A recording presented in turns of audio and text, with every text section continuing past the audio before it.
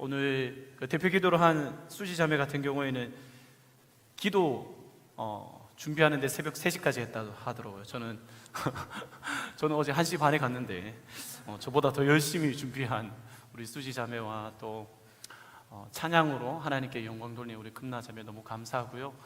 하나님께서 영광 받으실 줄 믿습니다. 우리 말씀 한번 같이 볼까요? 요한계시록 22장 1절에서 5절까지 말씀입니다. 같이 한 목소리로 읽도록 하겠습니다. 시작. 또 그가 수정같이 맑은 생명수의 강을 내게 보이니 하나님과 및 어린 양의 보좌로부터 나와서 길 가운데로 흐르더라. 광 좌우에 생명나무가 있어 12가지 열매를 맺되 달마다 그 열매를 맺고 그 나무 잎사귀들은 만국을 치료하기 위하여 있더라. 다시 저주가 없으며 하나님과 그 어린 양의 보좌가 그 가운데에 있으리니 그의 종들이 그를 섬기며 그의 얼굴을 볼 터이요 그의 이름도 그들의 이마에 있으리라. 다시 밤이 없겠고 등불과 햇빛이 쓸데없으니 이는 주 하나님이 그들에게 비치심이라. 그들이 세세토록 왕 노릇 하리로다. 아멘. 우리 좌우에 계신 분들한테 우리 이렇게 한번 이야기했으면 좋겠습니다. 하나님을 영원히 예배합시다. 네, 오늘처럼 하나님 앞에 계속 예배했으면 좋겠습니다. 오늘 앞에 우리 수림자매 더불어서 홀세 찬양팀도 너무나 은혜가 되었는데 하나님을 예배하는 것이 우리 안에 계속 되어지는 것이 우리 신자들의 당연한 마음인 줄 믿습니다.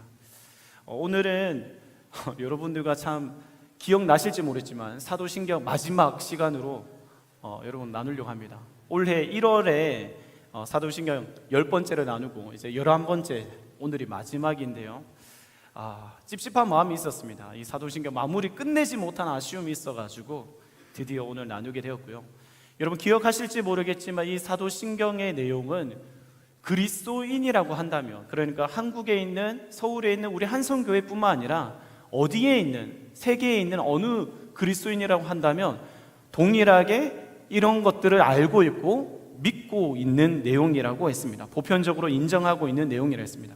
그래서 우리가 무엇을 믿고 있느냐, 믿음에 관한 이야기라고 했어요. 그리고 우리가 그리스도인을 무엇을 기대하며 소망하는가, 어떤 비전을 가지고 있는가, 그것이 주기도문이고요. 그래서 어떻게 이 땅에서 살아야 하는가, 어떻게 사랑하면서 사는가, 사랑하는 방법에 대해서 적혀져 있는 게 십계명이라고 했습니다. 그 가운데 이제 사도신경을 여러분들과 살펴봤었는데요. 우리 사도신경 제일 처음에 시작할 때 어떻게 시작하죠? 전능하사 천지를 만드시 하나님 아버지를 내가 믿사오며, 여러분들한테 이 말씀을 가지고 나눴던 것은 전능하신 모든 것을 할 수 있는 그분이 이 세상을 창조하셨다. 다른 일들을 할 수 있었음에도 불구하고 하나님의 그 사랑의 폭발로 이 세상을 창조하시고 특별히 여러분들도 나도 창조하셨습니다. 그리고 그 관계가 멀리 있는 관계가 아니라 아버지의 관계로 두셨습니다. 그리고 뿐만 아니라 두 번째로 그 외아들 우리 주 예수 그리스도를 믿사오니, 기독교는 누구와 가장 관련이 있는 종교죠? 어떤 도덕적인 행동을 하는 게 아니고 예수와 어떤 관계가 있느냐, 이 내용을 나눴었습니다. 두 번째. 그래서 그 예수님이 우리의 주 되신다, 주인 되신다라는 것이 어떤 의미인지에 대해서, 그리고 그리스도라는 것이 어떤 의미인지에 대해서 나누었습니다. 그리고 그 예수님은 성령으로 잉태하사 동정녀 마리아에게 나시고, 이 말은 예수님은 인성과 신성 모두 다 가지고 계셔서 우리의 삶을 공감하시고 우리가 어떠한 처지에 있든지에 대해서 그것을 다 이해하시고 그것을 찾아주기 위해서 하늘을 뚫고 이 땅에 임마누엘 하셨다라는 내용이었어요. 그리고 그분은 또한 우리를 위해서 어떤 놀라운 선택을 하시냐면 본디오 빌라도에게 고난을 받으사 십자가에 못 박혀 죽으셨다. 그분이 우리를 위해서 특별히 저주를 받는 일을 당하셨습니다. 사랑은 선택하는 거라고 여러분들과 그때 나누었던 것 같아요. 뿐만 아니라 그리고 그 예수님은 죽으시고 장사한 지 사흘 만에 죽은 자 가운데서 다시 살아나셨다. 그분은 부활하셨죠. 우리에게 소망을 주셨습니다. 사람이 변화된다는 것이 정말 힘든 일인데 예수님은 우리가 변할 수 있다는 것을 소망을 주셨습니다. 특히나 이 부활에 대해서 여러분들 뭘 기억하실지 모르지만 애벌레 같은 존재가 나비가 될 수 있다. 우리는 그러한 존재가 될 수 있다고. 나는 나비야. 여러분 그 노래는 기억하는 것 같은데 그 내용을 부활에 대한 이야기로 나눴었고요. 그리고 예수님은 그냥 그렇게 가만히 계시지 않고 하늘에 오르사 하나님의 우편에 앉아 계시다가, 그리고 그분은 승천하셔서 지금도 하늘에서 우리를 위해서 중보하신다. 우리의 인생 가운데 관여하고 계시고 있기 때문에 우리는 어디에 속해 있다? 하늘에 속한 자라는 것에 대해서 나누었어요. 그리고 나서 그분은 앞으로 오늘 찬양 가운데도 다시 오실 그 예수님, 저리서서 산자와 죽은 자를 심판하러 오신다, 반드시 재림하시는 내용에 대해서 이야기를 나눴습니다. 그 재림에 대해서는 알려주시지 않은 이유가 있었죠. 알려주면 우리는 순식간에 벼락치기하고 하는 인생을 알기 때문에 우리에게 알려주지 않고 반드시 오신다고 하셨습니다. 그리고 성령을 믿사오며, 여러분 그 성령님에 대해서 우리는 정말 인격적이고 퍼스널한 분이라 했어요. 한 사람 한 사람을 맞게 하나님은 찾아오셔서 살아계신 그 하나님이 역사하신다 했어요. 그때는 또 여러분들 물풍선 이렇게 불로 지지기도 하고 했었습니다. 그리고 거룩한 공예와 성도가 서로 교통하는 것과 교회라는 공동체에 대해서 나누었었죠. 이 세상에 어떠한 기업보다도 어떠한 공동체보다도 놀랍고 영광스러운 공동체가 교회라는 공동체라고 했었습니다. 여러분들 그때 피카츄 라이츠 노래도 부르면서 우리 공동체가 얼마나 놀라운 공동체인지 나누었어요. 기억을 하실지 모르겠어요. 그리고 죄를 사하여 주시는 것과 인생의 가장 큰 문제, 그 죄의 문제에 대해서 하나님은 죄를 사하여 주시는 걸 기뻐하시고 그 문제에 대해서 해결해 주신 분이라는 것에 대해서 말하고 있습니다. 인간적인 본질적인 문제를 해결해 주시죠. 그리고 나서 이제 그 결과 오늘 마지막입니다. 사도신경 마지막의 고백이 뭐죠? 몸이 다시 사는 것과 영원히 사는 것을 믿사옵나이다. 여러분, 우리의 마지막 고백이 가지는 의미가 뭘까요? 우리가 제 용서받은 우리가 앞으로 어떤 결과를 맞이하게 될 것인가에 대해서 마지막 우리의 믿음의 고백을 합니다. 몸이 다시 사는 것, 그리고 영원히 사는 것을 믿습니다. 영생의 삶을 이야기하고 있어요. 여러분 오늘 말씀의 제목이 패러다임 시프트라고 한번 제목을 지어봤습니다. 이 패러다임 시프트라는 것은 저는 최근에 이제 영화를 한 편 봤었는데 박찬욱 감독의 최근에 나온 그 영화가 제목이 뭐죠? 네? 뭐라고요? 헤어질 결심. 그 영화를 보면서 굉장히 궁금하더라고요. 도대체 무슨 내용인가? 그래서 막 리뷰를 찾아보다 보니까 거기에서 그런 말을 하더라고요. 완전한 이 박찬욱 감독의 이 영화 가운데 패러다임의 시프트가 일어난 거다. 그래서 거기서 따왔어요. 여러분 이 패러다임, 우리는 기존에 살아가는 이 패러다임이 있습니다. 근데 이 패러다임을 깬다는 것은 정말 힘든 일입니다. 패러다임을 찾아보니까 이 사전적인 정의를 보니까 한 시대의 사람들의 견해나 사고를 근본적으로 규정하고 있는 인식의 체계다라고 합니다. 또는 사물에 대한 이론적인 틀이나 체계다. 틀이라고 말하죠.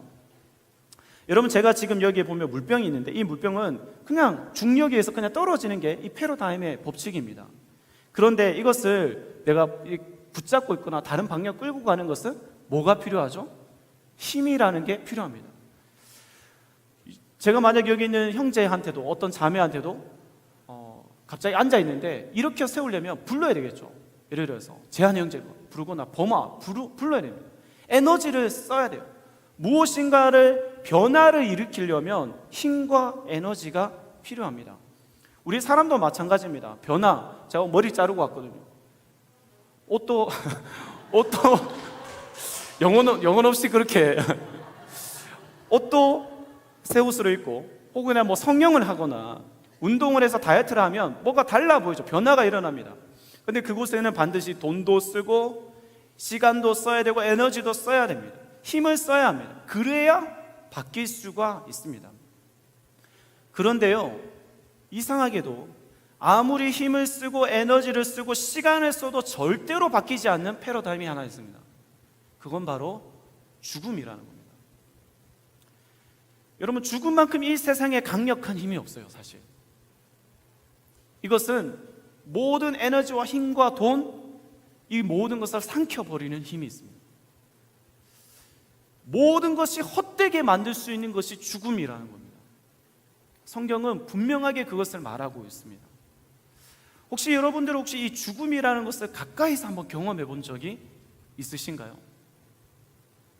우리는 간접적으로나 아마 이 죽음이라는 것을 경험해 봤기 때문에 여러분들 이 자리에 있을 겁니다. 직접적으로 경험했다면 이 자리에 있을 수가 없어요. 저도 장례식장에서 장례를 치러야 했던 적이 있습니다. 저는 제 인생에 있어서 장례를 치러본 인생과 치러보지 않은 인생은 다르다고 생각합니다. 누군가에게 사랑하는 이가 죽음을 경험해서 이별하게, 영원한 이별을 하게 된다는 이 경험은 굉장히 임팩트가 있습니다. 여러분 삶 속에서 혹시나 그런 경험을 해봤을지 해보지 못했을지 모르겠습니다. 정말 그것은 이 세상의 어떠한 힘과 다릅니다. 그 충격이 어마어마합니다. 누군가가 그 생명이 끊어졌다라는 것이 저희는 굉장히 충격적입니다. 이 죽음이 주는 힘이 굉장히 놀라운데 문제는 뭔지 아십니까? 앞서 말했던 것처럼 우리는 어느 누구도 이 죽음을 직접적으로는 경험해보지 못했다라는 거예요.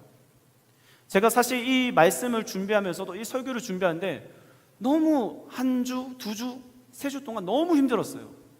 이유는 딱 하나예요. 제가 죽음을 경험해보지 못했습니다. 며칠 전에도 제가 그 꼬꼬무라고 하죠. 꼬꼬무 이제 그 프로그램을 보는데 강릉 무장공비 사건을 다루고 있더라고요. 군인 그거에 대해 관심이 있다 보니까 집중해서 보게 됐는데 그 이야기를 듣는데 자신의 아들이 죽음을 당한 이야기를 하면서 그 부모의 마음, 자식을 가슴에 품은 그 부모의 그 마음을 듣는데 너무 마음이 아픈 거예요. 진짜 들으면서도 눈물이 나고 어떻게 이 나라에 이런 일이 일어났을까 하는 생각이 들었어요. 그 젊은 청년의 죽음을 생각하면서 굉장히 마음이 아팠습니다. 근데 문제는 그게 다라는 거예요. 그냥 그 슬퍼하는 그게 다라는 거예요. 누군가의 죽음으로 우리가 뼈저리게 아파하고 힘들어하는 분이 계시다면 정말 죄송하지만 그것은 죽음이 주는 고통의 아주 일부예요. 그것도 우리가 죽음을 정통으로 직격으로 한 대 맞으면 이 세상에 누구도 감당할 존재가 없어요. 요단강 건너면 끝나는 겁니다. 제가 한 형제를 신방한 적이 있습니다. 그 형제를 신방하는데 그 형제가 정말로 건강하게 여러 가지 자기의 일을 하다가 갑자기 쓰러진 겁니다. 몸에 마비가 오고, 여러분 그러한 경험을 해본 적 있어요? 굉장히 인생의 어떤 위험, 건강에 위험이 온 거죠. 뇌에 문제가 생긴 겁니다. 죽음이라는 터널을 잠깐 건넜다가 온 느낌, 내사 상태에 빠진 겁니다. 다행히도 지금은 건강을 회복하고 재활도 다 해서 살아가고 있지만 문제는 아직도 잠을 들기가 두렵다라고 이야기를 하더라고요. 불면증이 있다는 거예요. 왜냐하면 눈을 감으면 왠지 또 그 죽음의 상태, 내가 아무것도 아닌 듯한 우주의 공허하게 떠 있는 듯한 그러한 상태가 되어질까, 무의 상태, 그 상태가 굉장히 두려워서 잠을 못 이루겠다라고 이야기를 했습니다. 제가 말하고 싶은 것은요, 사단이 이 세상에 만든 가장 큰 무기는 사망이라고 성경은 선언하고 있습니다. 아무도 이것을 해결하지 못했습니다. 이 패러다임을 변환시키고 깨트릴 자가 아무도 없었습니다.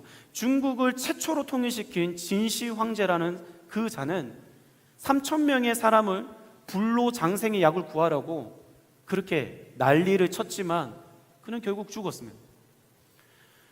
여러분, 피라미드를 만드는 그 문명도 어떤 것도 그 미라를 만들어 막 했잖아요. 죽음을 막지 못했습니다. 돈이 많던 적던 많이 배웠고 배우지 못했던 여자이건 남자이건 어느 누구도 죽음을 막지 못해요. 더 충격적인 건 무엇인지 아세요? 이 죽음의 때를 아무도 예측할 수 없다라는 거죠. 미리 알면 마음의 준비라도 좀 할 텐데 어느 순간 그 죽음이라는 게 내 옆에 확 가까이 와 있을 때 우리는 깜짝 놀랍니다. 어떤 영화를 보니까 막 죽음을 알려주는 어플이 생겨가지고 당신이 언제 죽는다라고 알려주는 그런 게 있던데, 그런 게 어디 있습니까? 불천국이에요. 이 언제 찾아올 줄 모르는 이 죽음. 그래서 이 죽음 앞에서 인간은 크게 두 가지의 반응을 보입니다. 첫 번째는요, 바로 쾌락주의입니다. 그냥 죽으면 끝이니까 살아있는 동안에 최대한 내가 하고 싶은 거, 내가 쓰고 싶은 거, 내가 즐기면서 다 살자라는 거예요. 욜로라는 것이 한때 우리 트렌드가 됐던 적이 있습니다. 인생에 단 한 번뿐인 이 You only live once라는 이 말을 줄여서 욜로, 불확실한 미래를 대비하기보다는 현재 자신의 행복을 중시하면서 최대한 즐거움을 누리겠다는 이 소비자형적인 라이프 스타일을 말하는 거죠. 여러분, 그러면 행복해집니까? 지금 인생을 내가 그냥 후회 없이 살아보면 나중에 후회하지 않을까요? 안타깝게도 우리의 욕심은 끝이 없어요. 지금 이것으로 만족하고 행복해 하지 않습니다. 채워도 공허해지고 우리의 인생은 채워지지 않습니다. 두 번째는 이 죽음에 대해서 허무주의적인 입장을 가지는 거죠. 죽으면 끝인데 뭐 더 열심히 살아, 잘 살아서 뭐해. 지금의 삶 자체를 굉장히 비관적으로 바라보는 것이죠. 그래서 어떤 것을 하는 것에 대해서 열정과 어떤 의미를 찾지 못하는 겁니다. 결혼, 직장, 이 모든 것이 귀찮은 것이죠. 괴로운 것입니다. 차라리 이러한 삶을 살 바에 빨리 죽음을 앞당기자, 자살에 대한 생각까지 할 수 있습니다. 인생이 무기력하고 굉장히 무의미합니다. 전도서에 솔로몬이 말했었죠. 헛되고 헛되며 헛되고 헛되니 모든 것이 헛되다. 해 아래 수고하는 모든 수고가 사람에게 무슨 유익하겠느냐. 공부하는 것도, 즐거운 놀이도, 친구도, 여행도, 재물도, 명예도 다 헛되다. 문제는 이러한 형태들이 우리에게는 소망이 있다고, 이 죽음의 끝을 알고 있는 우리도 똑같이 가지고 있다라는 거예요. 하나님을 믿고 예수님을 믿고 있는 우리에게도 이 형태가 있어요. 제가 한 가지 더 말하고 싶은 것은, 저도 사실 여기에 해당한다고 생각합니다. 죽음에 대해서 회피하는 겁니다. 죽음에 대해서 그렇게 깊이 생각해 보려고 하지 않아요. 사실 조금만 생각해 보면 여러분, 죽음이라는 거 굉장히 가까이 있거든요. 이 죽음이라는 것은 정말 무서운 거거든요. 그런데 나는 아닐 거야, 나와는 관련 없는 일이라고, 지금 당장은 아니지 라는 마음을 가지고 있어요. 저도 마찬가지예요. 굉장히 애매한 태도를 보이고 있습니다. 적당한 모습. 그런데 여러분, 오늘 기독교에서 확실하게 선언합니다. 무엇을 말하죠? 우리의 몸이 다시 살게 된다, 부활하게 된다라는 것을 말합니다. 여러분, 이 부활이라는 말은 전제하고 있는 것이 있어요. 무엇이죠? 우리는 반드시 죽게 되어 있다. 육신의 몸은 반드시 죽음이라는 것을 겪게 되어 있다라고 말을 하고 있고요. 그리고 그리스도인은 죽음의 새로운 삶이 있다라고도 말하고 있습니다. 그래서 장례식장에서 우리는 감히 찬송가를 부르며 감사하고 기뻐합니다. 여러분, 혹시 믿음의 신자들의 장례식장을 가본 적 있습니까? 그렇게 침울하지가 않습니다. 안타까운 마음이 있어요. 유가족이 그 가족을 잃어버린 아쉬운 마음과 안타까운 마음은 있지만 얼굴이 밝습니다. 그럼에도 불구하고 소망이 있어요. 기쁨이 있다니까요. 그런데 오늘 여기에서 저는 한 가지 더 나아가서 오늘 우리에게 말하고 있는 이 믿음, 마지막의 믿음이 몸의 부활이라는 것에 대해서 좀 나누고 싶어요. 여러분, 다른 종교들도 영원할 것이라는 것에 대해서는 거의 비슷하게 전제하고 있어요. 그런데 기독교만 유일하게 몸이 부활한다라고 말해요. 몸과 영혼 둘 다 죽지 않는다고 말하는 것은 기독교밖에 없습니다. 대부분 이교도, 다른 종교들은 영혼, 정신 같은 것들이 오랫동안 살게 된다, 영원히 살게 된다라는 것을 합니다. 우리의 눈에는 이 육신이라는 것에 대해서 굉장히 부정적입니다. 모든 종교들이 거의 비슷합니다. 그런데 기독교만이 예수님이 재림하실 때 이 썩은 몸이 영광스러운 몸으로 부활하게 될 것이다. 그리고 그 부활한 몸과 영혼이 합쳐지게 될 것이다 라고 성경이 우리에게 말하고 있어요. 이게 진리입니다. 예수님이 이미 그것을 보여주셨죠. 부활하신 몸을 입고 오셨어요. 어떤 형체, 천사처럼 영혼이 있는 것이 아니라 분명한 몸을 입고 보여주셨습니다. 자신의 십자가 못 박힌 흔적까지 보여주셨죠. 여러분, 지금 여러분 몸을 한번 만져보시겠어요? 귀도 만져보시고 코도 만져보시고 여러분 어떠세요? 제가 최근에 한의원을 다녀왔거든요. 한의원을 다녀왔는데 1시간 반 동안 그 한의원 선생님한테 설명을 듣고 막 이렇게 치료를 받았습니다. 이 인체가 너무 신비한 거예요. 뼈를 이렇게 막 맞추시기도 하고 오장육부가 이 독립보감에 놀랍게 이게 다 척추에 연결되어지는 것을 막 설명하면서 그때부터 제가 지금 예배 때마다 막 누르고 있거든요. 막 이렇게 만지면서 혀를 눌러야지 하는데, 우리의 이 신체는 굉장히 신비하죠. 굉장히, 여러분 아십니까? 어쩌면 우리 평생을 이 몸을 연구해도 이 몸을 다 파헤치기는 어려울 겁니다. 굉장히 신비하고 아름답고 놀라운 게 우리 몸이에요. 여러분이 인정하지 않을 수도 있겠지만, 제가 말하고 싶은 것은, 근데 뭘 말하고 싶으냐면 우리의 신앙이 추상적이지 않다라는 거예요. 하나님께서 말씀하시는 장래에 일어날 일은 그냥 어떤 추상적인 뿌연 안개가 아니라 지금 내 몸이 이렇게 만져지는 것 같은 몸의 부활이 있을 거라고 약속을 하고 있어요. 다시 말해서 레알이라는 거예요. 너무 당황스럽습니까? 우리의 신앙은, 우리의 마지막 끝은 레알, 실제적인 것이라는 걸 분명하게 말하는 겁니다. 여러분, 맛있는 거 먹으면 여러분 느끼잖아요. 여러분 생각하고 있고, 내가 절대 내 존재를 절대 부인할 수 없는 것은 지금 내 몸이라는 것이 있다라는 거거든요. 이 틀이라는 게 있다라는 거예요. 100% 여러분 지금 먹고 마시고 이 경험되어지는 것처럼 우리의 마지막 끝이 부활의 몸을 입으면 천배 만배의 그 몸을 입고 하나님을 알게 되고 경험하는 것이라고 말합니다. 우리 고린도전서 15장의 말씀을 좀 한번 보겠습니다. 같이 한번 읽어볼까요? 시작. 죽은 자의 부활도 그와 같으니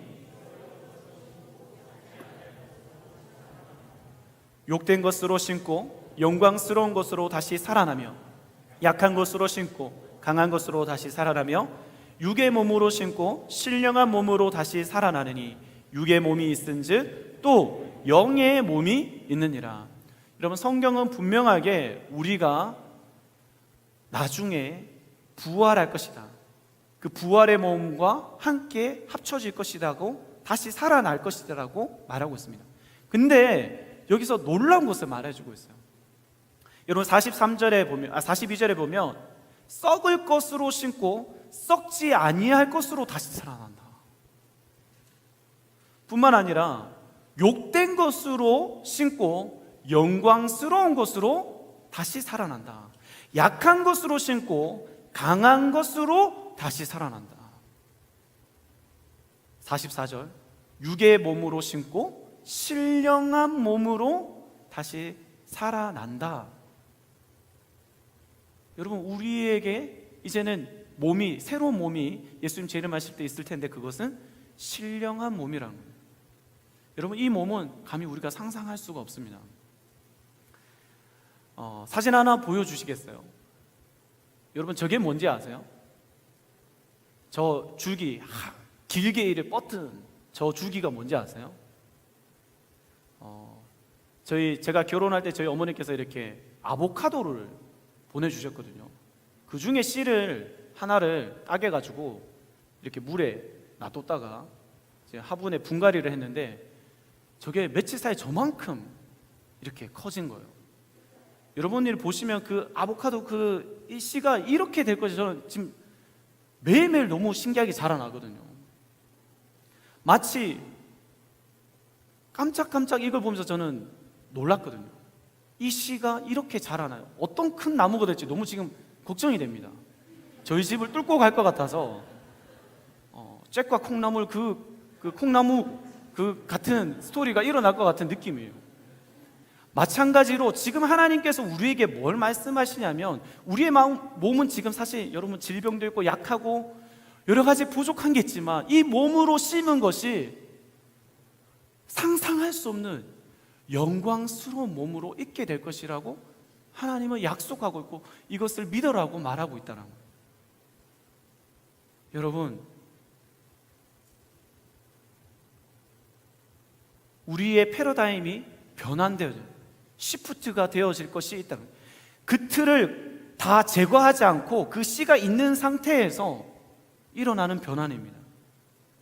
연속성을 가지고 있어요. 이 부활이라는 것은 여러분 연속성이 있어요. 다시 말해 이 땅의 지금 현재의 삶이 의미가 있게 연결되어질 거예요. 그래서 우리는 지금의 삶도 대충 살 수가 없어요. 부활의 몸을 소망을 하면서 이 땅의 삶을 견인해 갈 수 있고 인내할 수 있고 소망할 수 있는 삶을 살아갈 수 있는 게 기독교의 복음입니다. 지금은 육신의 몸이 이 죄악된 몸은 하나님을 온전히 사랑하지도 못하고 하나님을 온전히 순종하지도 못합니다.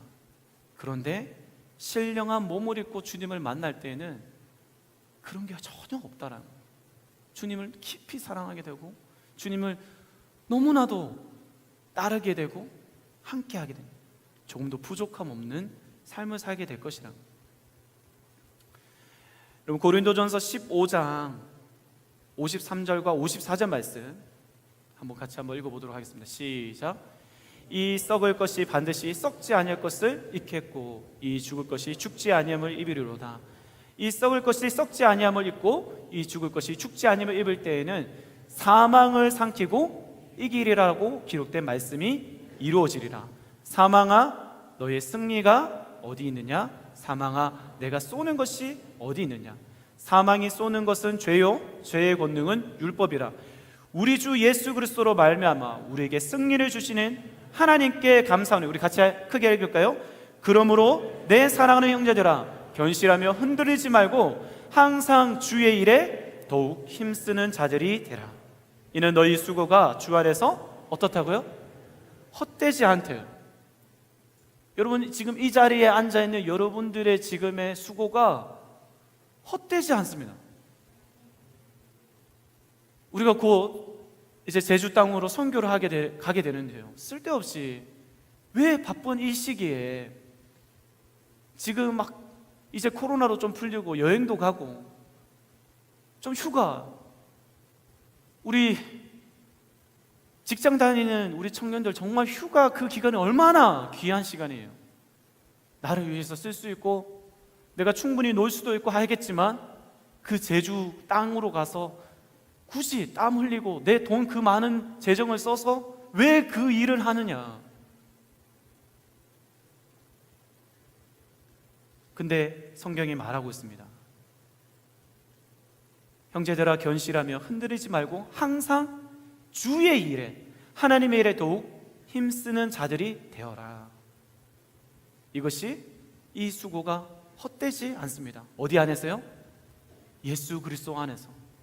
우리가 부활한 몸을 입고 주님을 만났을 때 이것이 헛되지 않을 줄 믿습니다. 여러분, 그리고 저는 우리 공동체 안에 참 섬기는 지체들한테 특히나 섬기고 나서 이렇게 지금 쉼을 가지고 있거나 또 뭔가 상처의 마음을 가지고 있는 지체들한테 꼭 전해주고 싶은 말이 있어요. 누구보다도 참 열심히 섬겨준 우리 팀장님들, 우리 리더들, 우리 헬퍼들, 정말 우리 임원들, 여러분들의 그 수고가 절대 헛되지 않을 거예요. 하나님이 다 보고 계셨고 하나님이 다 받으셨어요.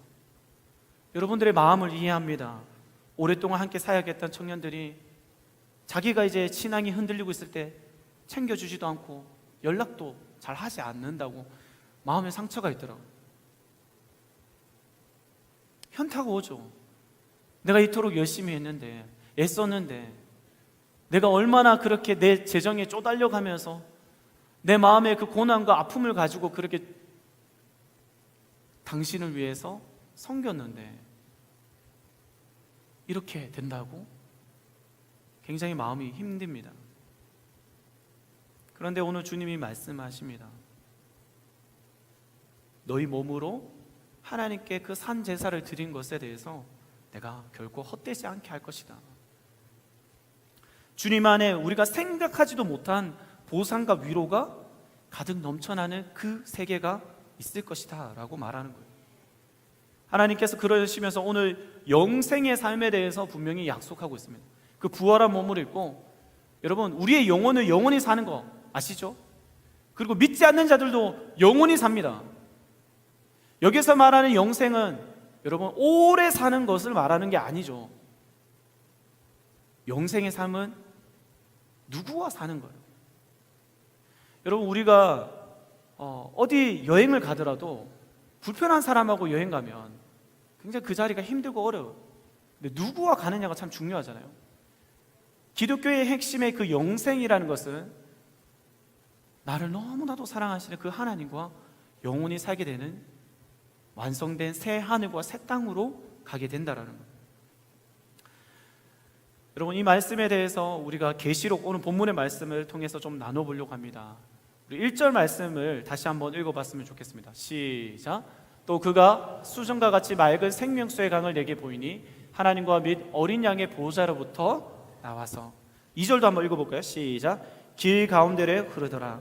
강 좌우에 생명나무가 있어 12가지 열매를 맺되 달마다 그 열매를 맺고 그 나무 잎사귀들은 만국을 치료하기 위하여 있더라.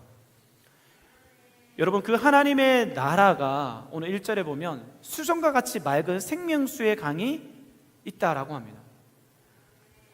여러분 이 사람뿐만 아니라 모든 생물이 생명력을 가지고 있는 존재들이 꼭 살아가는 데 필요한 것은 물이죠. 그 생명, 그 강이 굉장히 중요한데, 여러분 우리의 고대 문명들이 다 어디에서? 큰 강을 중심으로 발전했잖아요. 이집트는 나일강, 그리고 메소포타미아 문명은 티그리스 강과 유프라데스 강, 인도는 겐지스와 인더스 강, 그리고 중국은 황하와 양자강. 여러분 이것은 식수의 공급뿐만 아니라 여러 가지 발전할 수 있도록 신속하게 이동시켜주는 수단, 이런 모든 것들을 만들어내고, 우리 이 서울도 마찬가지죠. 한강이라는 게 있습니다.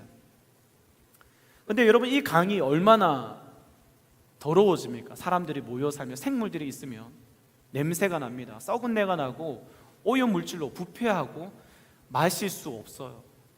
그런데 오늘 하나님의 말씀하시는 그 강은 수정과 같이 맑은 생명수의 강입니다. 그런데 여러분 이것이 어디서 흘러나오죠? 우리 1절 말씀을 다시 볼까요? 1절 말씀을 다시 보면 하나님과 및 어린 양의 보좌로부터 나온다. 여러분 이 생명수의 강이 하나님과 어린 양 예수 그리스도로 나오는 생명수의 강입니다. 여러분 2절에 보면 이 생명수의 강이 흘러나와서 이 강 좌우로 뭐가 있느냐 하면, 2절 말씀도 한번 띄워주시겠어요? 뭐가 있죠? 강 좌우에 생명나무가 있어요. 여러분 이 생명나무가 뭔지 아세요? 하나님께서 최초에 타락하기 전에 하나님께서 온전한 세상을 만든 에덴이라는 동산에 생명나무가 동산 중앙에 선악을 알게 하는 나무와 생명을 알게 하는 나무, 이 두 그루 나무가 있었거든요. 한 그루밖에 없었던 그 생명나무가 이제는 어떻게 되죠? 그 생명수의 강 좌우로 가득 넘쳐나는 거예요. 생명나무가 가득 넘쳐나요.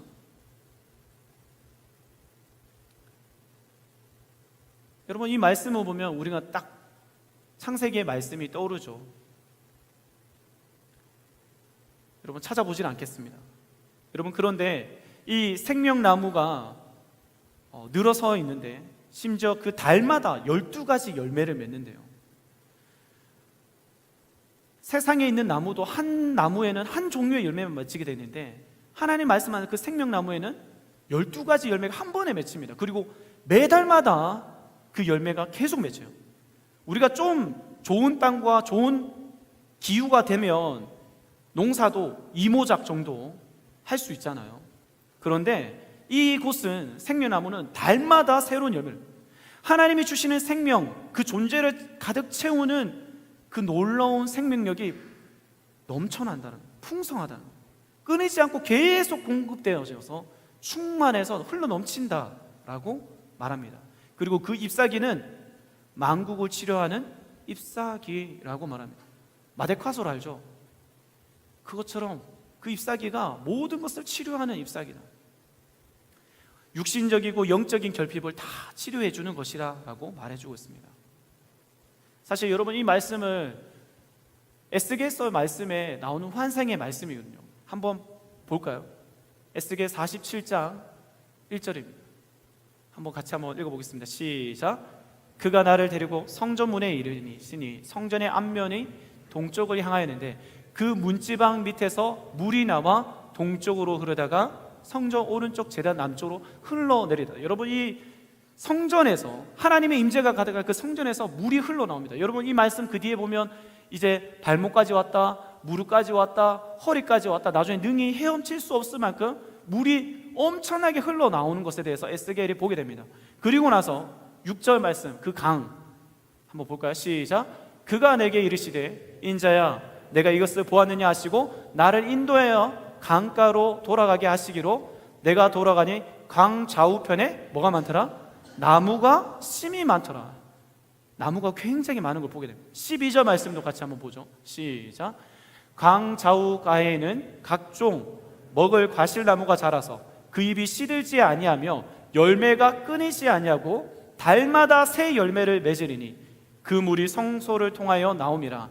그 열매는 먹을 만하고 그 잎사귀는 약재료가 되리라. 여러분, 이 요한계시록의 말씀은 사실 구약의 선지서 이미 다 예언된 말씀들이에요. 하나님께서 약속하신 그 세상을 이루시겠다.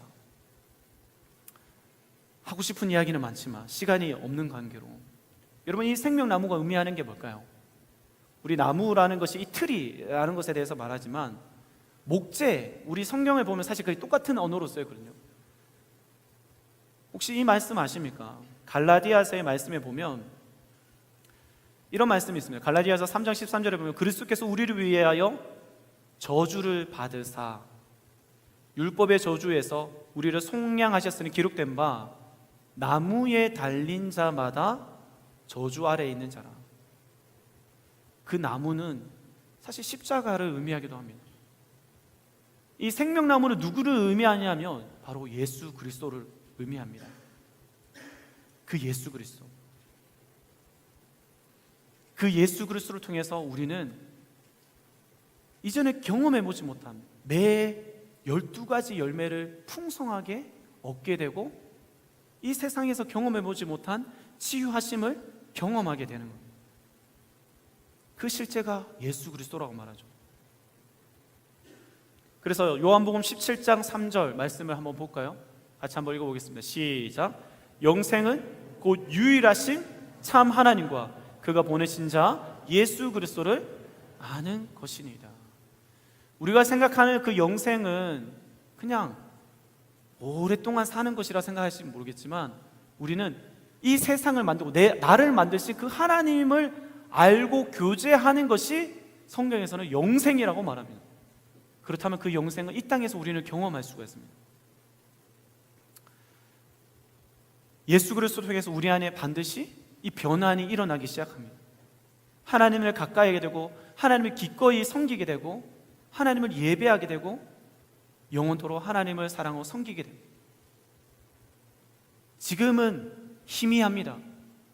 거울을 보는 것 같이 희미해요. 쉽게 말하면 스마트폰을 보고 하는 것 같지만 여러분, 우리가 어디로 가면 IMAX 이 4D 이 막 물도 튀기고 움직이고 하는 그곳에서 보는 것과 이 아이폰으로 휴대폰으로 보는 것은 다르잖아요.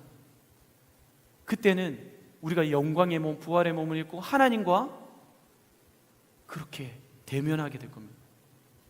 이게 우리의 소망이라는 거예요.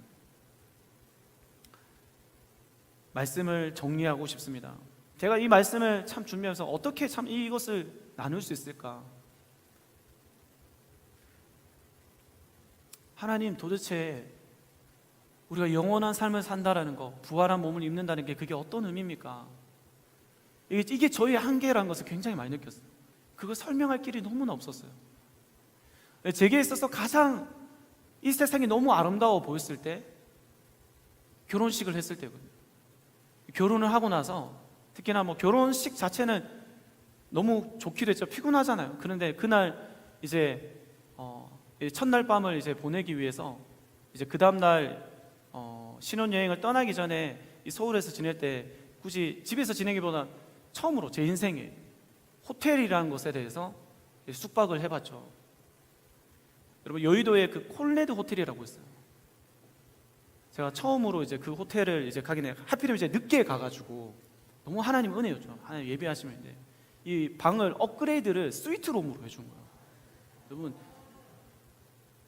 천국이구나.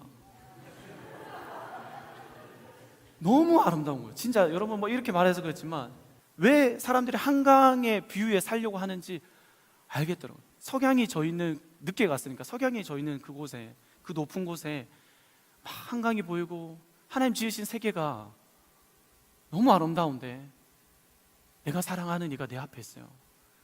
그리고 정말로 그 호텔의 위치는 제가 모르겠어요. 무슨 바였던 것 같은데 식사를 이렇게 할 수 있는 곳이 있었어요. 그곳에 가서 밥을 뭐 이렇게 호텔 뭐 여러 가지 음식들을 먹으면서 이야기를 하는데 진짜 햇빛이 쫙 비치고